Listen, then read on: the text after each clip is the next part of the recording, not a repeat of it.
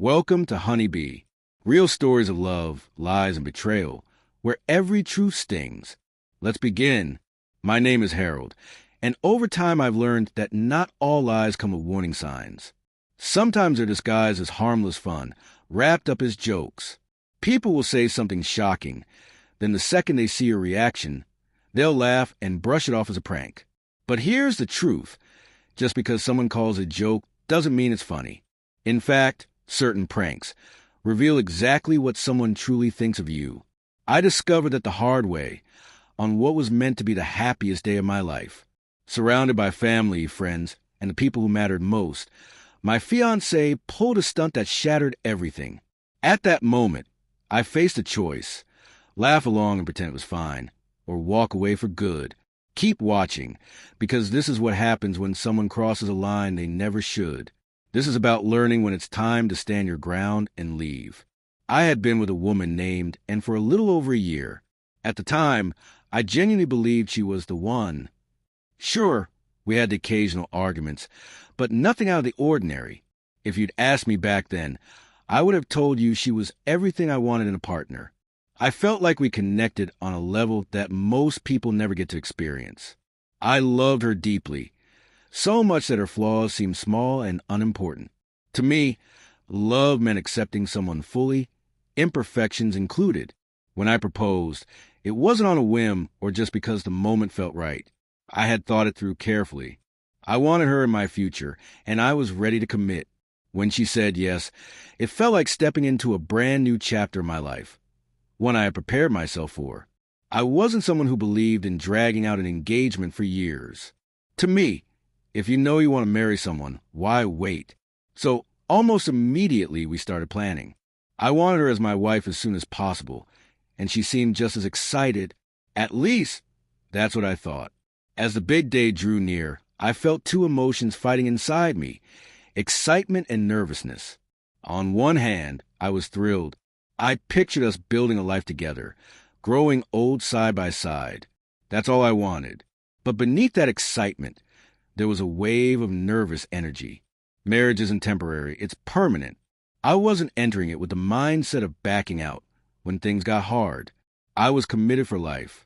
That thought was heavy, not because I doubted, but because I knew this was no longer just me. It was us. Every decision, every obstacle, every moment would be shared. Still, even with those nerves, I kept reminding myself that I was making the right choice. I was about to marry the woman I loved. That alone was enough to silence my doubts. The morning of my wedding felt surreal. The sun was bright, and the air was filled with an almost electric excitement. The venue was packed with familiar faces. Family I hadn't seen in years, childhood friends, even distant relatives who had traveled far just to be there. Everywhere I looked, people were smiling, laughing, and capturing the moment on their phones. The whole atmosphere radiated joy. And then, my eyes landed on someone I never thought I'd see, Vinny and's ex-boyfriend. At first, I thought I was imagining it, but no, it was definitely him. He wasn't just any ex and had spoken about him with nothing but disgust.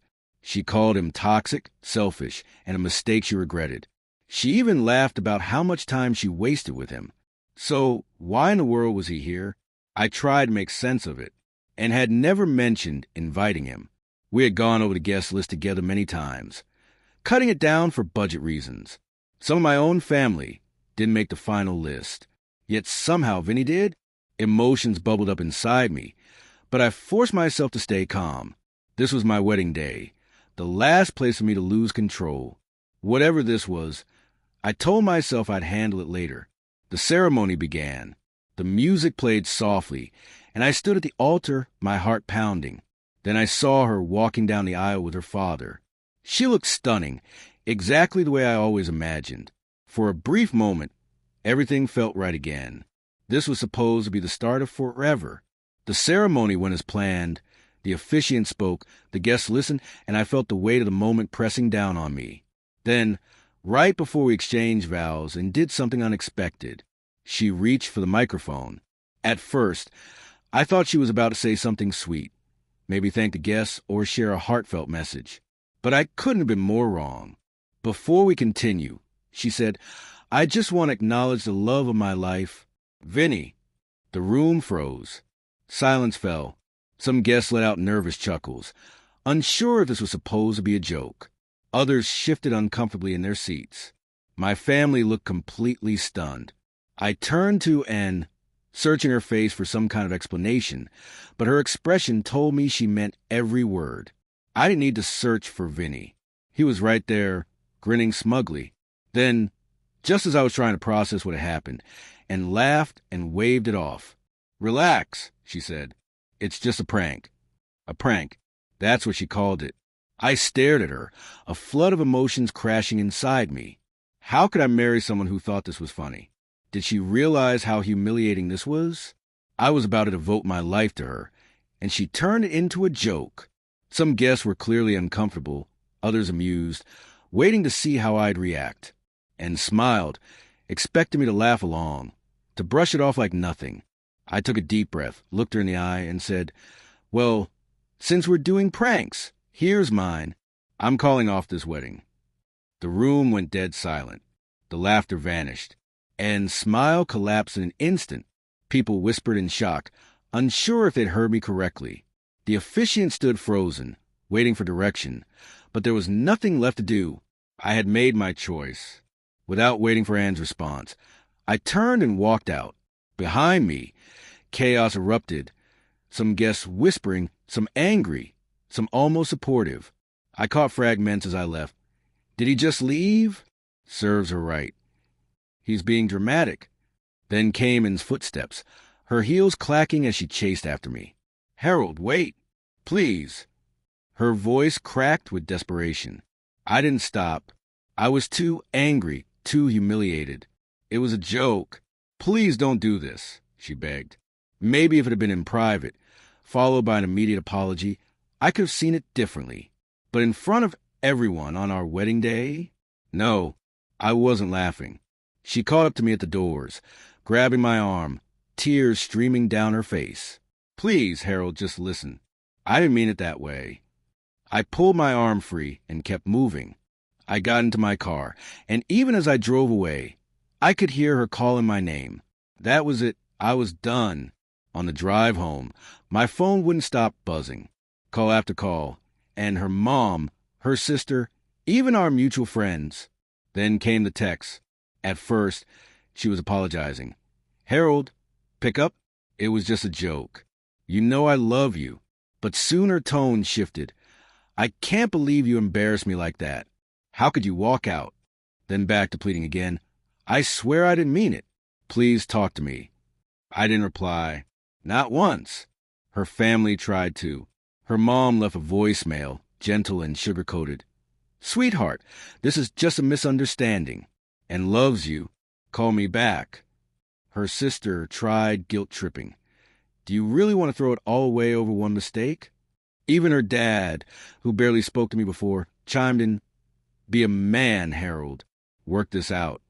But none of them stood where I stood. None of them felt the sting of hearing their fiancé call another man the love of her life at their own wedding. That night, sitting alone in my apartment, I expected to break down. Instead, I just felt numb. And then I did something I should have done long ago. I started digging. If and could play games, I needed to see just how long she'd been playing. I scrolled through her social media. That's when I saw it. Vinny had been all over her posts for months, liking her pictures, dropping hearts, commenting on her stories. And then, she wasn't ignoring him. She replied, laughed at his jokes, gave playful responses. Nothing outright incriminating, but enough to make me feel like a fool. This was the same guy she swore she regretted. The same guy she claimed was toxic. Yet here he was, still in her life. And the worst part? If she hadn't pulled that stunt at the wedding, I might have never known. I didn't need more proof. I had enough answers already. What hit me the hardest wasn't even the possibility of them reconnecting. It was a lack of respect. Marriage isn't a playground for pranks. It's about trust, about showing the world you have each other's backs. If she could humiliate me in public, what would she be capable of behind closed doors? I sighed deeply, realizing I had dodged a bullet. If I had gone through with that wedding, I'd be stuck in a life where I was always waiting for the next joke. The next time I'd be turned into a punchline. That's not love. That's humiliation dressed up as fun. Real love isn't just about emotion. It's about respect. And respect means knowing the line and never crossing it. As I sat there, my phone buzzed again. This time, it was my friend Jason. I hesitated before answering. "Man," he said firmly the second I picked up, "you did the right thing."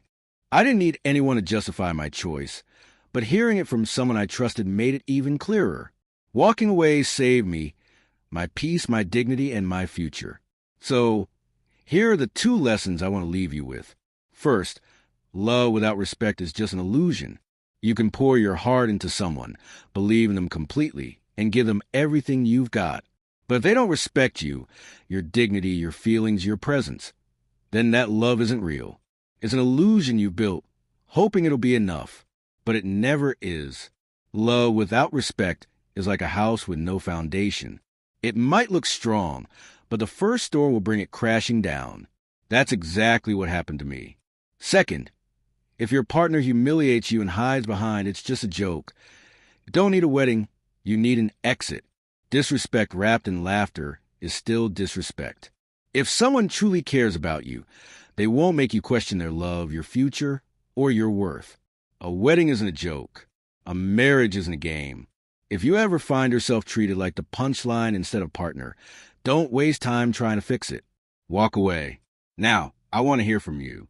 If you were in my shoes, what would you have done? Would you have gone through with it? Would you have reacted differently? Share your thoughts in the comments. I'd really like to know. And if you've ever had an experience where someone crossed a line, then tried to laugh it off, feel free to share that too. Someone out there might need to hear your story. That's it for today. Thanks for sticking with me till the end. And remember, love should never cost you your self-respect.